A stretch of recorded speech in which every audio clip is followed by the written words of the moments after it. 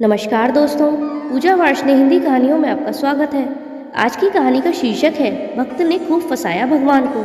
चलिए कहानी शुरू करते हैं। एक बार की बात है कि यशोदा मैया प्रभु श्री कृष्ण की शैतानियों से तंग आ गई थी और छड़ी लेकर श्री कृष्ण की ओर दौड़ी।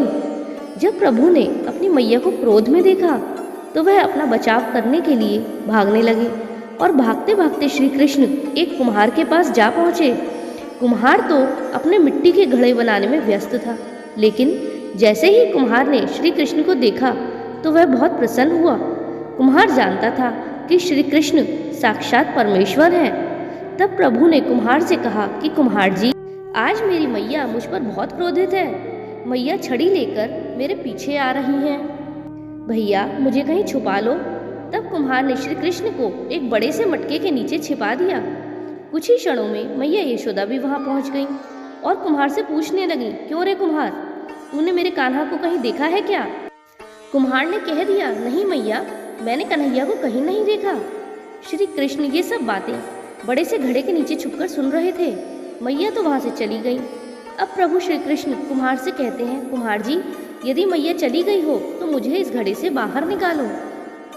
कुम्हार बोला, ऐसे नहीं प्रभु जी, पहले मुझे 84 लाख योनियों के बंधन से मुक्त करने का वचन दो, तभी निकालूंगा।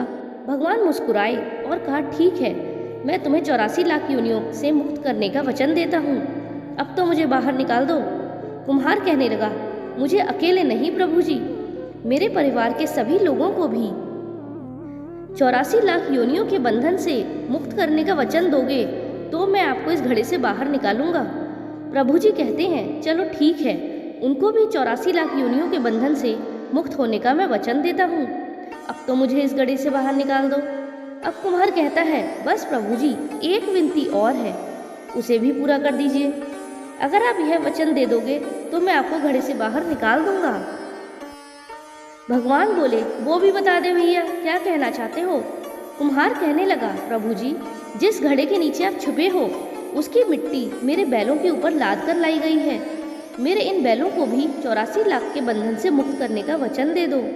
भगवान ने कुम्हार के प्रेम पर प्रसन्न होकर उन बैलों को भी 84 लाख के बंधन से मुक्त होने का वचन दे दिया। प्रभु बोले, अब तो तुम्हारी सारी इच्छा पूरी हो गई, अब तो मुझे बाहर निकाल दो। तब कुम्हार बोला, नहीं भगवान, अभी एक आखिरी इच्छा और है। तब कृष्ण जी बोले, अब क्या रह गया? तब कुम्हार बोला, भगवान, जो भी व्यक्ति हम दोनों के बीच के संवाद को सुने उसे भी आप 84 लाख योनियों के जीवन से मुक्त कर दो। भगवान कृष्ण उसकी भक्ति देखकर, उसका समर्पण देखकर बहुत खुश हुए और उन्होंने उसे यह वचन भी दे दिया। फिर कुम्हार ने बाल श्री कृष्ण को घड़े से बाहर निकाल दिया और उनके चरणों में साक्षात प्रणाम किया। प्रभु जी के चरण धोए और चरणामृत पिया। अपनी पूरी झोपड़ी में चरणामृत का छिड़काव किया और प्रभु जी के गले लगकर इतना रोए कि प्रभु में ही विलीन हो गए। जरा सोच कर देखिए, जो बाल श्री कृष्ण 7 कोस लंबे चौड़े गोवर्धन पर्वत को अपनी कन्नी उंगली पर उठा सकते हैं, तो क्या वो एक घड़े को नहीं उठा सकते थे? लेकिन बिना प्रेम रीझे नहीं नटवर नंद किशोर।